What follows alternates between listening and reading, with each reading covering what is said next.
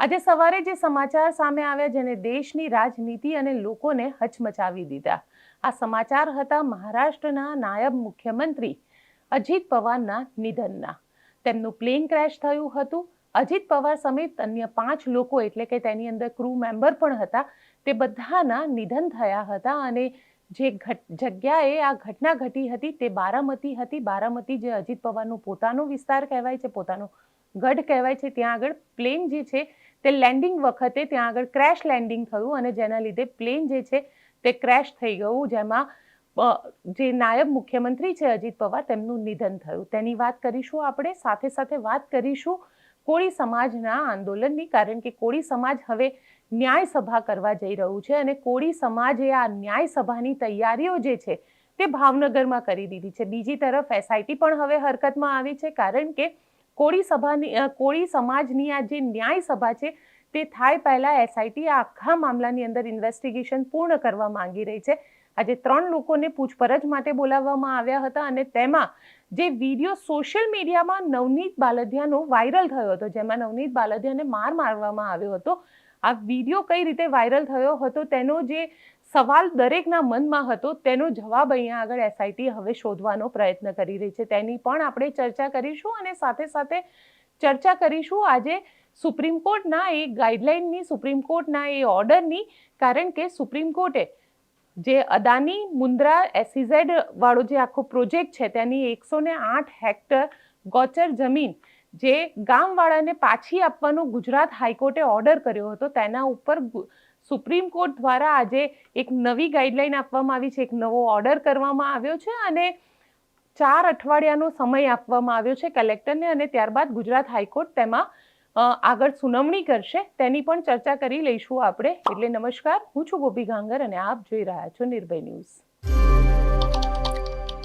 મહારાષ્ટ્રના નાયબ મુખ્યમંત્રી અજીત પવારનું આજે સવારે નિધન થયું। તેમનું પ્લેન જે છે તે લગભગ 8:45 કલાકે બારામતી પાસે જ્યારે લેન્ડિંગ કરી રહ્યું હતું તે વખતે તેમનું પ્લેન ક્રેશ થયું અને પ્લેન ક્રેશ દરમિયાન અજીત પવારનું ત્યાં આગળ ઘટના સ્થળ પર જ નિધન થાય છે। તેમની સાથે જે પ્લેન ક્રૂ હતું એટલે એની અંદર તેમના એક પીએ પણ હતા, સિક્યોરિટી ગાર્ડ પણ હતો અને તેની સાથે 2 પાયલોટ પણ હતા। તે સમિત જે લોકો હતા, લગભગ 5 લોકો અજીત પવારની સાથે હતા, એટલે કુલ મળીને 6 લોકો તેની અંદર સવાર હતા। આ 6 લોકોના ત્યાં ઘટના સ્થળ ઉપર જ નિધન થાય છે અને આ આખી ઘટનાએ મહારાષ્ટ્રની પંચાયત ચૂંટણીની જે રાજનીતિ છે તેને હચમચાવી દીધી, કારણ કે અજીત પવાર પંચાયત ચૂંટણીની જે જનસભા હતી તેને સંબોધિત કરવા માટે જઈ રહ્યા હતા બારામતી અને સવારના સમયે આ આખી ઘટના જે છે તે ઘટી છે। મુંબઈથી લગભગ 8:10 તેઓ રવાના થયા હતા બારામતી પહોંચવા માટે અને 8:45 તેમનું જે પ્લેન છે તે એરપોર્ટ ઉપર લેન્ડ થતી વખતે ક્રેશ થયું અને લગભગ વિમાનને રનવે જે છે તે સ્પષ્ટપણે દેખાયો ન હતો તેવું કહેવામાં આવી રહ્યું છે, કારણ કે પાયલોટનો જે ક્લિયર સંદેશ હતો તે એ હતો કે તેમને ધૂંધના કારણે એટલે કે જે ધુમ્મસ હતું એ ધુમ્મસના કારણે રનવે સ્પષ્ટપણે દેખાઈ નથી રહ્યો અને તેના જ કારણે પાયલટથી અહીંયા આગળ ચૂક થઈ ગઈ અને પ્લેન ક્રેશ થયું।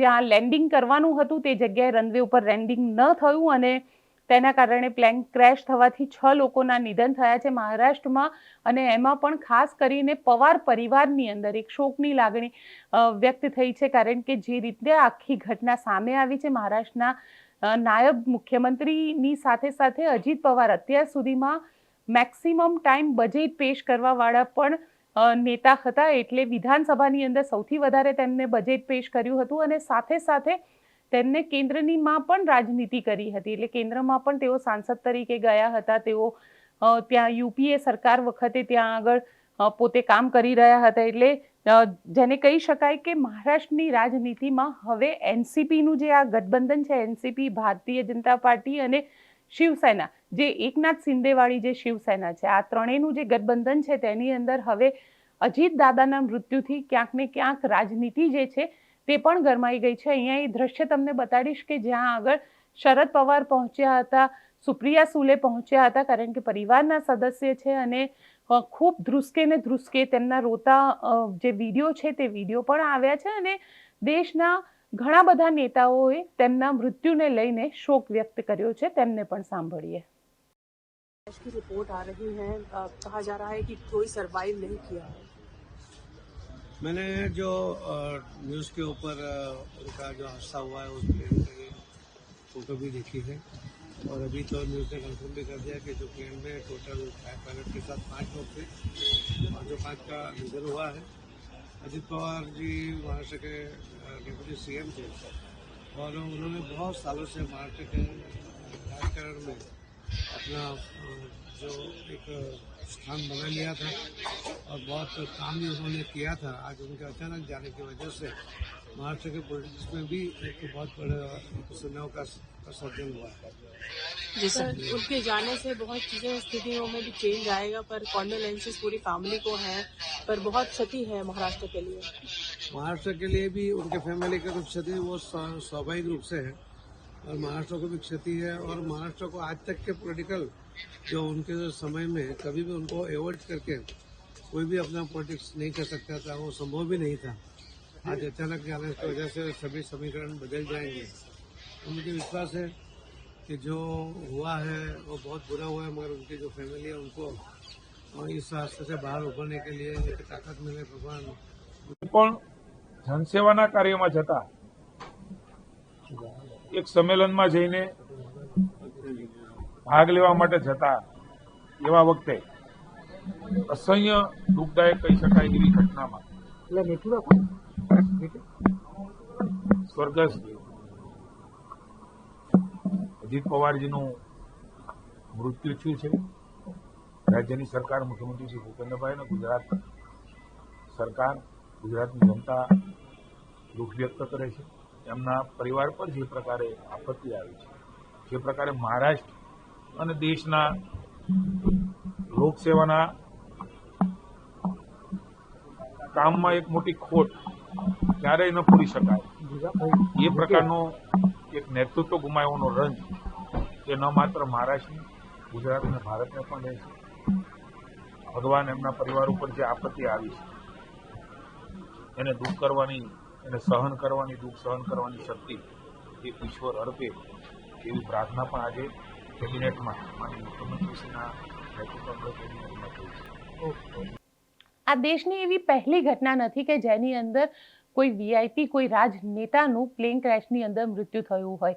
ગયા વર્ષે જ વિજય રૂપાણી જે અમદાવાદથી લંડન જઈ રહ્યા હતા તે પ્લેન ક્રેશ થયું હતું અને એર ઇન્ડિયાનું આ જે પ્લેન ક્રેશ થયું હતું તેમાં પૂર્વ મુખ્યમંત્રી વિજય રૂપાણીનું મૃત્યુ થયું હતું અને જો આ સિવાય પણ દુર્ઘટનાની અંદર જે રાજનેતાઓના ભોગ લેવાયા છે તેની વાત કરવામાં આવે તો 2026માં અજીત પવાર એટલે કે આજે અજીત પવારનું જે મૃત્યુ થયું છે તે સાથે 2025માં વિજય રૂપાણી, 2011માં દોરડુજી ખાંડુ આમનું મૃત્યુ થયું હતું પ્લેન ક્રેશની અંદર, 2009માં વાયએસઆર રેડ્ડીનું નિધન થયું હતું, 2001માં માધવરાવ સિંધિયાનું નિધન થયું હતું, 1980માં સંજય ગાંધીનું નિધન થયું હતું પ્લેન ક્રેશની અંદર, 1973માં ગુરુનામસિંહ અને 1965માં બળવંતરાય મહેતાનું પ્લેન ક્રેશની અંદર નિધન થયું હતું। આટલા રાજનેતાઓ છે, લગભગ 8 જેટલા રાજનેતાઓ છે જેમનું પ્લેન ક્રેશની અંદર નિધન થયું છે।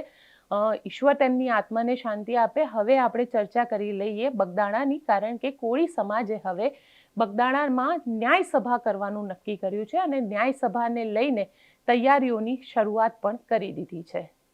કોળી સમાજની આ તૈયારીઓ ભાવનગરની અંદર થઈ રહી છે। ભાવનગરની અંદર જ્યાં જીતુ વાઘાણીની ભાવનગર પશ્ચિમની સીટ છે ત્યાં આગળ જ આની તૈયારીઓ કરવામાં આવી રહી છે અને હવે ક્યાંક ને ક્યાંક કોળી સમાજના નિશાના ઉપર જીતુ વાઘાણી પણ છે, કારણ કે જીતુ વાઘાણી માટે એવું કહેવાય છે કે માયાભાઈ આહિરના ખૂબ નજીકના મિત્ર હતા તેમના। ક્યાંક ને ક્યાંક જીતુ વાઘાણી ઉપર એવો આરોપ પણ લગાડવામાં આવી રહ્યો છે અને કોળી સમાજ એવું કહી રહ્યું છે કે જીતુ વાઘાણીએ સમાજને તોડવાનો પણ ખૂબ પ્રયત્ન કર્યો, કારણ કે જ્યારે આ આખી ઘટના ઘટી હતી ત્યારબાદ જીતુ વાઘાણી, કુંવરજી બાવળિયા અને માયાભાઈ આહિર આ લોકોના જે ફોટોઝ છે તે સોશિયલ મીડિયામાં મૂકવામાં આવ્યા હતા। જે ગાંધીનગર સ્વર્ણિમ સંકુલ છે ત્યાં આગળ ફોટા લેવામાં આવ્યા હતા। માયાભાઈ ત્યાં પહોંચ્યા હતા જીતુ વાઘાણીને મળવા માટે, કારણ કે પહેલા જ દિવસથી નવનીત બાલદિયા જે જયરાજ આહિર ઉપર આરોપ લગાવી રહ્યા હતા તેમ છતાં જીતુ વાઘાણી, માયા આહિર અને કુંવરજી બાવળિયા જે કોળી નેતા છે તેમની સાથેના ફોટા મૂકી અને સમાજને ક્યાંક વહેંચવાનો, ક્યાંક વચ્ચેથી તોડવાનો પ્રયત્ન કરી રહ્યા હતા, તે પ્રમાણેનું કહેવું છે. સાથે જ કોળી સમાજ એવું પણ માની રહ્યો છે કે હીરાભાઈ સોલંકી જે પોતાના એક કામથી, કારણ કે જનતાનું કામ કરી રહ્યા છે, જનતાના પ્રતિનિધિ છે, અને જ્યારે જનતાના કામને લઈને જીતુ વાઘાણીને મળવા માટે ભાવનગર પહોંચ્યા હતા તેમના નિવાસસ્થાને, ત્યારે તે ફોટા પણ હીરાભાઈ સોલંકીની સાથેના જીતુ વાઘાણી દ્વારા મૂકવામાં આવ્યા હતા અને સમાજને ક્યાંક ગલત માર્ગે દોરવાનો પ્રયત્ન પણ કરવામાં આવ્યો હતો. આ પ્રમાણેના આરોપ જે છે તે કોળી સમાજ લગાવી રહ્યું છે અને કોળી સમાજ જે રીતે પીઆઈ ડાંગર હોય કે પછી ડીવાયએસપી રીમાબા ઝાલા હોય તે લોકોને સસ્પેન્ડ કરવાની, ડિસમિસ કરવાની માંગ કરી રહ્યા છે. સાથે સાથે આજે નવનીત બાલદિયાના કેસમાં એક નવી અપડેટ પણ સામે આવી, કારણ કે એસઆઈટી ઇન્વેસ્ટિગેશનના આજે 23મો દિવસ થયો છે અને આ 23મા દિવસે આજે એસઆઈટીની જે ટીમ છે તેણે 3 લોકોને પૂછપરછ માટે બોલાવ્યા હતા, જેમાં શૈલેષ બારૈયા, દિનો, જેને દિનો ઉર્ફે ગોલ્ડન તરીકે ઓળખવામાં આવે છે, અને રાજુ કામળિયા. 3 જણાને આજે બોલાવવામાં આવ્યા હતા પૂછપરછ માટે. એવું કહેવામાં આવી રહ્યું છે, જે અમારા એસઆઈટીના સૂત્ર અમને કહી રહ્યા છે તે પ્રમાણે નવનીત બાલદિયાનો જે વિડીયો હતો, જે પહેલા દિવસે તમને યાદ હોય તો એ વિડીયો સોશિયલ મીડિયામાં ખૂબ વાયરલ થયો હતો, જેમાં રાતના સમયે નવનીત બાલદિયાને અમુક લોકો મારી રહ્યા છે. એ વિડીયો કોણે વાયરલ કર્યો હતો? દરેક વ્યક્તિ એ વિચારતું હતું કે જો આ વિડીયો ત્યાં આગળ શૂટ કરવામાં આવ્યો નવનીત બાલદિયાને, અને નવનીત બાલદિયા એવું કહી રહ્યા હતા કે જે સમયે આ વિડીયો શૂટ કરવામાં આવી રહ્યો હતો તે વખતે ક્યાંક કોકને વિડીયો કોલ પણ થઈ રહ્યો હતો. એટલે આ જે વિડીયો શૂટ કરવામાં આવ્યો અને શૂટ કરીને જે રીતે વાયરલ કરવામાં આવ્યો તેના કનેક્શનમાં હવે આ લોકોને બોલાવવામાં આવ્યા છે. તેમના ફોનના ડેટા જે છે તે પણ લેવામાં આવ્યા છે અને ક્યાંક આ કનેક્શન નીકળી પણ રહ્યું છે. એટલે હવે એસઆઈટી નક્કી કરશે કે આ જે 3 જણા છે તે 3 જણાને ગવાહ બનાવવાના, એટલે કે સાક્ષી બનાવી દેવાના, કે પછી આ 3 જણાને આરોપી તરીકે બતાવવાના. કારણ કે અત્યાર સુધી આખા કેસની અંદર જયરાજ આહિરની સમેત લગભગ 14 લોકોની ધરપકડ થઈ ચૂકી છે અને તેમાંથી એક વ્યક્તિ એવો છે જેણે અત્યારે આગોતરા જામીન મહુવાની કોર્ટની અંદર ફાઇલ કરી છે. એક વ્યક્તિ એવો છે કે જેણે રેગ્યુલર જામીન પણ મહુવાની કોર્ટમાં ફાઇલ કરી છે. એટલે ક્યાંક ને ક્યાંક હવે જામીન લેવાની તજવીજ જે છે તે પણ શરૂ કરી દેવામાં આવી છે. અને સાથે સાથે જયરાજ આહિરની જો વાત કરવામાં આવે તો જયરાજ આહિરે જે દિવસે એસઆઈટી દ્વારા તેની ધરપકડ કરવામાં આવી હતી તે જ દિવસે કોર્ટની અંદર જામીન અરજી ફાઇલ કરી હતી અને તે જામીન અરજીને રદ કરી દેવામાં આવી હતી. જામીન નામંજૂર કરવામાં આવ્યા હતા કોર્ટ દ્વારા. એટલે ક્યાંક હવે આ આખા મામલે એસઆઈટી જે છે કોળી સમાજના આક્રોશને શાંત કરવા માટેનો પ્રયત્ન પણ કરી રહી છે, પણ આ પ્રયત્ન ઇન્વેસ્ટિગેશન થકી થઈ રહ્યો છે.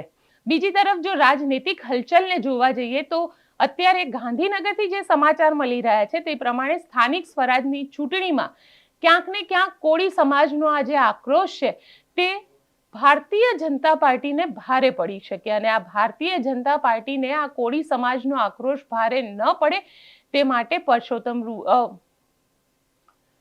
માટે પરસોત્તમ સોલંકી અને હીરાભાઈ સોલંકી સમિત જેટલા પણ કોળી નેતાઓ છે, જેટલા પણ કોળી આગેવાનો છે એ લોકોને કહેવામાં આવ્યું છે અને કોળી સમાજનો જે આક્રોશ છે તે આક્રોશને શાંત કરવાનો એક પ્રયત્ન પણ અહીંયા આગળ કરવામાં આવ્યો છે. સાથે એવું પણ કહી શકાય કે 1લી તારીખે જે ન્યાય સભા કરવામાં આવી રહી છે કોળી સમાજની, એ દિવસે ત્યાં આગળ પુરુષોત્તમ સોલંકી જે છે તે પણ ત્યાં આગળ પહોંચી શકે છે અને આ આખો જે કોળી સમાજનો આક્રોશ જે ભારતીય જનતા પાર્ટીની વિરુદ્ધમાં હતો તેને ક્યાંક પુરુષોત્તમ સોલંકી થકી, હીરાભાઈ સોલંકી થકી અને અન્ય કોળી સમાજના નેતાઓ થકી, જે ભારતીય જનતા પાર્ટીના છે, આ નેતાઓ થકી કોળી સમાજના ફેવરમાં, એમના પક્ષમાં લાવવા માટેનો પ્રયત્ન પણ અહીંયા આગળ કરવામાં આવી રહ્યો છે. એટલે એટલું તો સ્પષ્ટ છે કે આખા કેસની અંદર સરકારને કોળી સમાજનો જે પાવર છે એનો અહેસાસ થઈ ચૂક્યો છે અને કોળી સમાજ એક થઈ અને આખા મામલાને ક્યાંક સૌથી વધારે જો આને પરિણામ આપવા તરફ લઈ જતા હોય તો એટલું ચોક્કસ છે કે નવનીત બાલદિયાને આમાં ન્યાય ચોક્કસથી મળશે તેવી કોળી સમાજને પણ આશા છે. અને જે કોળી સમાજના આગેવાનો આ આખા કાર્યક્રમનું આયોજન કરી રહ્યા છે તે લોકો શું કહી રહ્યા છે તે સાંભળી લઈએ. કિશન મેર એડવોકેટ ભાવનગર. કિશનભાઈ, ન્યાય સભાનું આયોજન કરવામાં શેને લઈને કરવામાં આવ્યું, ત્યાં તૈયારીઓ કેવી છે? જે ભાવનગર ખાતેના બગદાણા મુકામે નવનીતભાઈ પર જે હિચકારો હુમલો થયો છે તે અનુસંધાને ભાવનગર શહેરના કોળી સમાજના યુવાનો દ્વારા ન્યાય સભાનું આયોજન કરવામાં આવ્યું હતું.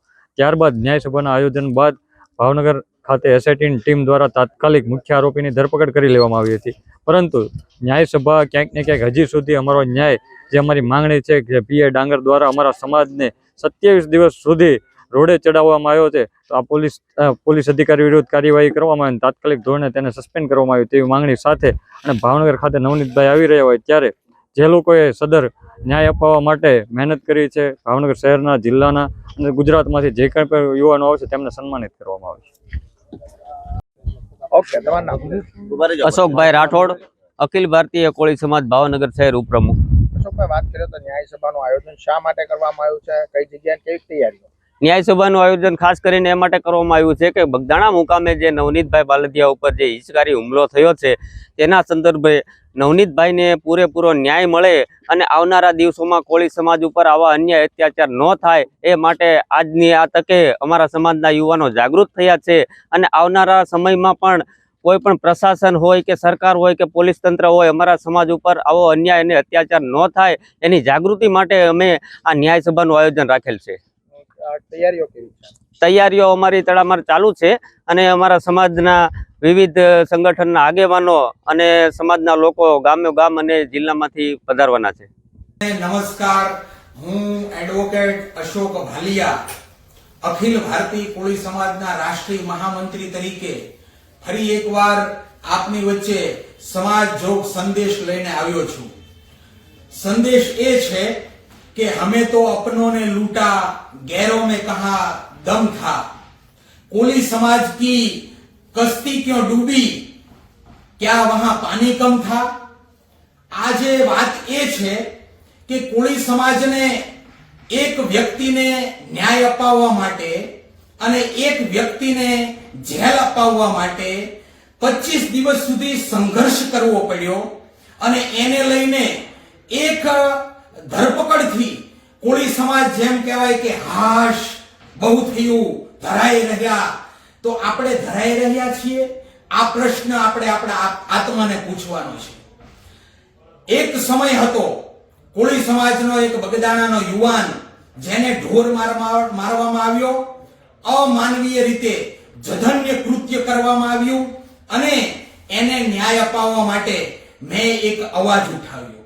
એ અવાજના પડઘા સમગ્ર ગુજરાતમાં એવા તો પડ્યા કે કોળી સમાજના ભારતીય જનતા પાર્ટી સાથે સંકળાયેલા હોય એવા ધારાસભ્ય અને મિનિસ્ટર એમણે મુખ્યમંત્રીને રજૂઆત કરવી પડી અને મુખ્યમંત્રીને રજૂઆત કર્યા પછી એસઆઈટીની રચના થઈ અને એ એસઆઈટીની રચનાની અંદર પણ એવા તો ગલ્લા તલ્લા ચાલ્યા કે 25 દિવસ સુધી સમગ્ર ગુજરાતનો કોળી સમાજ જે છે એ રોડ અને રસ્તા ઉપર આવ્યો. આત્મવિલોપનની ચીમકી પણ કરવામાં આવી અને મારી સાથેના એવા નવયુવાનો, એમાંના એક મુન્નાભાઈ કાંબળ અને એમની સાથે ભરતભાઈ રાઠોડ અને એની સાથે 8 જેટલા નવલોહિયા યુવાનો, ભાઈઓ બહેનો, એમણે ધરપકડ પણ વહોરી અને ચરમસીમા ત્યારે પહોંચી કે ભાવનગરની અંદર જીતુ જમણવારના વિધાનસભા વિસ્તારની અંદર કોળી સમાજના નવલોહિયા યુવાનોએ એવું બીડું ઝડપ્યું કે એક ન્યાય સભાનું આયોજન થયું. અને આ ન્યાય સભા શા માટે હતી? 25 દિવસના સંઘર્ષ બાદ કોળી સમાજને આ સરકાર જે છે ન્યાય આપતી ન હતી, એના માટેની ન્યાય સભા. અને એ ન્યાય સભાના પ્રત્યાઘાતો એવા થયા કે કોળી સમાજને ન્યાય મળ્યો. ન્યાય કેવો મળ્યો કે જે માયાભાઈ આહિરનો પુત્ર જે છે એ મીડિયાની અંદર કહેતો હતો કે અમારા સંસ્કાર ખૂબ સારા છે, અમે આવું કરીએ નહીં, અને આ વાત જે છે એ નવનીતભાઈની ઉપર પ્રશ્નાર્થ કરી રહી હતી. ત્યારે એ નવનીતભાઈનો સંઘર્ષ રંગ લાવ્યો. એસઆઈટીએ આજે અમારો આઈપી નો રિપોર્ટ એવો જાહેર થયો, સમગ્ર મીડિયાએ અમને સાથ અને સહકાર આપ્યો. એટલે વાતાવરણ એવું બન્યું કે ભારતીય જનતા પાર્ટી આવતી સ્થાનિક સ્વરાજ્યની ચૂંટણીની અંદર ક્યાંક ગોથું ન ખાઈ જાય, અને એ ગોથું ન ખાઈ જાય એટલે એને બચાવવા માટે આ જયરાજભાઈ જે છે એમને એના સંસ્કારો આડા ન આવ્યા અને એમને જેલ જવું પડ્યું. ત્યારે મારે તો મારા સમાજને એક પ્રશ્ન કરવો છે. 25 દિવસ સુધી જે ન્યાયની લડાઈ લડી અને એને લીધે નવનીતભાઈ જે છે એમની માંગણી હતી જયરાજભાઈને જેલ હવાલે કરવામાં આવે એટલે એમને ન્યાય મળી ગયો. ભારતીય જનતા પાર્ટીના જે મિનિસ્ટરો જે છે એમણે એસઆઈટી ની રચના કરી અને એના દ્વારા એસઆઈટી જે છે જયરાજભાઈને દોષિત જાહેર કર્યા, એને જેલ હવાલે કર્યો. જે નેતાઓ જે છે એમને પણ ન્યાય મળી ગયો. એટલે એમણે મુખ્યમંત્રી, ગૃહમંત્રી એમના બધાનો આભાર કહી દીધું. પરંતુ મારે તો પ્રશ્ન જે છે એ છે કે પ્રારંભની અંદર જે દિવસે મેં સમગ્ર ગુજરાતના કોળી સમાજને હાકલ કરી કે કોઈ ચમરબંધીને છોડવામાં ન આવે, અને ત્યારબાદ સમય વીત્યો 25 દિવસ, અને 25 દિવસ સુધી કોળી સમાજનો નવલોહિયા યુવાનો, ભાઈઓ, બહેનો, વડીલો જ્યાં હતા ત્યાં, અને જેટલા પણ લોકો આવી શકે એટલા લોકો, લાખોની સંખ્યામાં કોળી સમાજના ન્યાયની લડાઈ લડ્યા અને રોડ પર આવ્યા. તો એક વ્યક્તિ ઘવાયો હતો, એને ન્યાય મળી ગયો. પરંતુ 25 દિવસ સુધી ઘવાયેલો જે મારો કોળી સમાજ જે છે, શું એને ન્યાય મળી ગયો? એને હજી ન્યાય નથી મળ્યો. 25 દિવસ સુધી કોળી સમાજને રોડ ઉપર લાવનાર માણસ કોણ હતો? એ પ્રશ્ન આજે પણ યથાર્થ છે. અને એ પ્રશ્નનો સવાલ અત્યારે જે જાગૃત મીડિયાના જે સત્ય વક્તાઓ જે છે એ આજે પણ સરકારને કરી રહ્યા છે. ત્યારે મારે તો મારા કોળી સમાજને કહેવું છે કે જો તમને હાશકારો ન થયો હોય, જો આ પ્રશ્ન જે છે એ વ્યાજબી હોય, તો આ પ્રશ્ન આપણે ભારતીય જનતા પાર્ટીની આ જે સરકાર છે એને આપણે પૂછવો જ રહ્યો. અને એટલા માટે આવતી 1 તારીખે જે જીતુ જમણવારના વિસ્તારની અંદર કોળી સમાજના સંઘર્ષના મારા સાથીઓ, જે યુવાનો જે ન્યાયની લડાઈ લડવા માટે ન્યાય સભાનું આયોજન કર્યું છે, એ યથાર્થ આયોજન છે. અને એ આયોજનને આપણે બળ આપવું પડશે અને સરકારને પ્રશ્ન કરવો પડશે કે મારા કોળી સમાજ, જે ગુજરાતની સૌથી મોટી વસ્તી ધરાવતો જે કોળી સમાજ છે, એને 25 દિવસ સુધી રોડે રઝળતો કરવા માટેનું કારસ્તાન કોનું હતું? આ પ્રશ્ન જ્યાં સુધી જવાબ નહીં મળે ત્યાં સુધી આ સરકારને આ પ્રશ્ન આપણે કરતો રહેવો પડશે. અને એ પ્રશ્ન જે છે એનો જવાબ પણ આપણે સૌ જાણીએ છીએ, પરંતુ એને જાહેરમાં આવીને માફી માંગી નથી. આપણે જે ગુજરાતના ગૃહમંત્રી જે છે એ ફાંકા ફોજદારી કરે છે અને કાયદો વ્યવસ્થાની જે બણગા ફૂકે છે, એની જ પોલીસે આ કોળી સમાજને 25 દિવસ સુધી ન્યાયની લડાઈની અંદર આડે આવવાનું કામ કર્યું છે. ત્યારે એ પોલીસના તંત્રના લોકો, જે જવાબદાર તંત્રના લોકો છે, એને તો આપણે સવાલ કરવાનો જ છે. એમની સામે તો આપણે ન્યાયની લડાઈ લડવાની જ છે. પરંતુ એમને ઈશારો કરનાર કોણ હતા? આ લોકોને ખોટા નિવેદનો કરવા માટે મજબૂર કરનાર કોણ હતા? અને એ કારસ્તાનીઓને જ્યાં સુધી આપણે ખુલ્લા નહીં પાડીએ ત્યાં સુધી આપણે સંઘર્ષને લડવી પડશે. ગુજરાતના ગૃહમંત્રી જે છે એને કોળી સમાજના એક રાષ્ટ્રીય આગેવાન તરીકે મારો સવાલ છે કે તમે એક શબ્દ ઉચ્ચાર્યો નથી. અને આ જે કોઈ પોલીસ તંત્ર જે છે એને ઈશારો કરનાર કોણ હતું એનું નામ તમે જાહેર કર્યું નથી. જો ગુજરાતના ગૃહમંત્રી જે છે એ કોળી સમાજને 25 દિવસ સુધી સંઘર્ષ કરવા માટે, લડાઈ લડવા માટે મજબૂર કરનાર માણસનું નામ જાહેર નહીં કરે અને એની પાસે માફી નહીં મગાવે, તો કોળી સમાજ ચૂપ રહેવાનો નથી. અને આપણે સૌ એનો જવાબ ભાગવા માટે પધારવાનું છે. આપણી 1 તારીખે 1 ફેબ્રુઆરીના દિવસે ન્યાય સભાની અંદર આપણે સૌએ પહોંચવાનું છે અને આ જે કારસ્તાની જે છે એને ખુલ્લો પાડવાનો છે. અને જો એ ખુલ્લો નહીં પડે તો ગુજરાતના ગૃહમંત્રી જે છે એને રાજીનામું આપવા માટે પણ તૈયાર રહેવું પડશે. આવો આપણે સૌ આપણા કોળી સમાજના 25 દિવસના સંઘર્ષની, ન્યાયની લડાઈને વેગવંત બનાવીએ અને 1 તારીખે આપણા કોળી સમાજના જે જાગૃત યુવાનો જેમણે સંઘર્ષ કર્યો છે એની નોંધ પણ લેવાઈ નથી, એનો આભાર દર્શન પણ થયું નથી, એવા નવલોહિયા યુવાનો જે છે એની લડાઈને આપણે પડવા દેવાની નથી. એમને આપણે ખભે ખભા સાથે બળ આપવાનું છે અને 1 તારીખે જબરજસ્ત ન્યાય સભાનું આપણે સૌએ સાથે મળીને આવા કારસ્તાનીઓ જે છે એને ખુલ્લા પાડવાની માટેની લડાઈનો સૌપ્રથમ આપણે પ્રારંભ કરવાનો છે. ધન્યવાદ. જય કોળી સમાજ. હવે વાત કરી લઈએ સુપ્રીમ કોર્ટના એ ઓર્ડરની કે જેની અંદર Adani port and special economic zone ને લઈને મોટા સમાચાર સામે આવી રહ્યા છે. કારણ કે ગુજરાત હાઈકોર્ટ દ્વારા નવીનાળ કરીને જે ગામ છે જ્યાં આગળ 108 એકર ગોચર જમીન જે સરકાર દ્વારા અદાનીને આપી દેવામાં આવી હતી, આ જમીન જે છે એ જમીનને ગુજરાત હાઈકોર્ટે ઓર્ડર કર્યો હતો કે આ જમીન ગામજનોને પાછી આપી દેવામાં આવે. એટલે નવીનાળના જે લોકો છે, ગામના લોકો, તે લોકોને આ જમીન પાછી આપી દેવામાં આવે.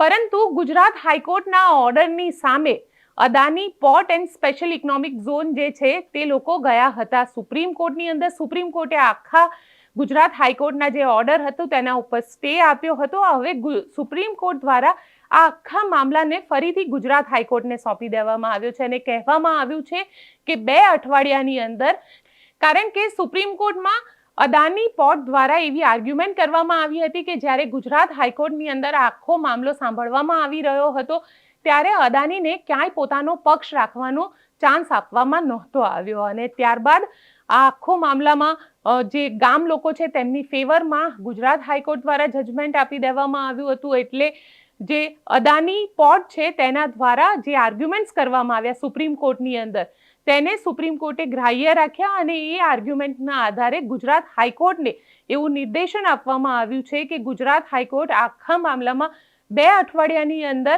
અદાની મુન્દ્રા પોર્ટ જે ઓથોરિટી છે તેને સાંભળે, ત્યારબાદ ત્યાંના ગામજનોને સાંભળે અને આ જે કલેક્ટર છે તે આ બંનેને સાંભળી અને એમનો એક આખો રિપોર્ટ તૈયાર કરે, જે રિપોર્ટ સરકાર થકી ગુજરાત હાઈકોર્ટની અંદર રજૂ કરવામાં આવે અને ગુજરાત હાઈકોર્ટ ત્યારબાદ પોતાનો જે નિર્ણય છે તે આ મામલે લે. એટલે ક્યાંક ને ક્યાંક અત્યારે જે 108 એકર જમીન પાછી આપવાનો વાત હતો, જે ગોચર જમીન છે જે ગામના લોકોને પાછી આપવાની વાત હતી, સુપ્રીમ કોર્ટે જેના ઉપર સ્ટે આપ્યો હતો તે મામલાની અંદર હવે ફરી ગુજરાત હાઈકોર્ટ પોતાની સુનાવણી કરશે. પરંતુ અહીંયા ખાલી વાત એટલી જ છે કે અદાની મુન્દ્રા પોર્ટ જે ઓથોરિટી છે તેને સાંભળવામાં આવશે અને સાંભળ્યા બાદ ગુજરાત હાઈકોર્ટ પોતાનો નવો નિર્ણય અહીંયા લઈ શકે છે અથવા તો પોતે જે જૂનો નિર્ણય લીધો છે તે નિર્ણયને ચાલુ પણ રાખી શકે છે. એટલે આ એક પ્રકારની અપડેટ જે છે તે અત્યારે આવી રહી છે સુપ્રીમ કોર્ટથી. તો આજના સમાચારને લઈને આપનું શું કહેવું છે મને કોમેન્ટ બોક્સમાં ચોક્કસથી લખીને જણાવજો અને અમારી ચેનલ નિર્ભય ન્યૂઝને લાઇક, શેર અને સબસ્ક્રાઇબ કરવાનું ભૂલશો નહીં. આભાર.